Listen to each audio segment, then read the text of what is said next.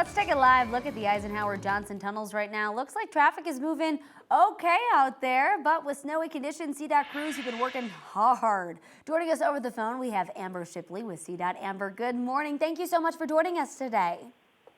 You bet. Good morning. So what are your crews seeing out there so far, and how are they responding?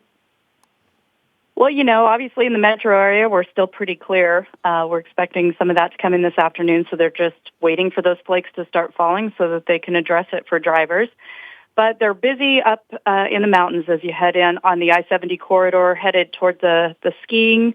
We've got some traffic backed up, just typical ski traffic, but it does slow travel down, so we advise people to make sure they allow enough time to get to their destination.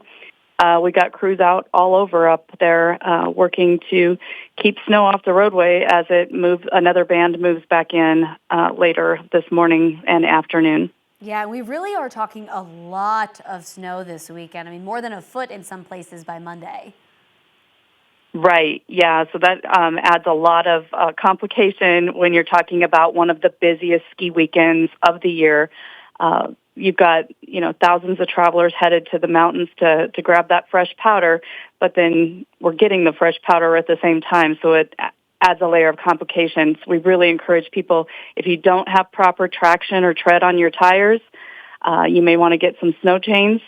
Otherwise, maybe wait till next weekend to go skiing, because you want to be safe, and getting stuck on the side of the road without traction is not one of the things you want. Yeah, that is for sure. Is there any other message that you want to send to people heading up to the high country or down here in the metro with all this fog? Anything else that anyone should know? Probably the best thing I can offer people is to allow yourself extra time so you don't have to rush. Just slow it down. That's the biggest safety feature we can offer. Definitely. Slow down. Yeah, absolutely. Yeah. Amber Shipley with CDOT, thank you so much for joining us live on air this morning. We really appreciate it.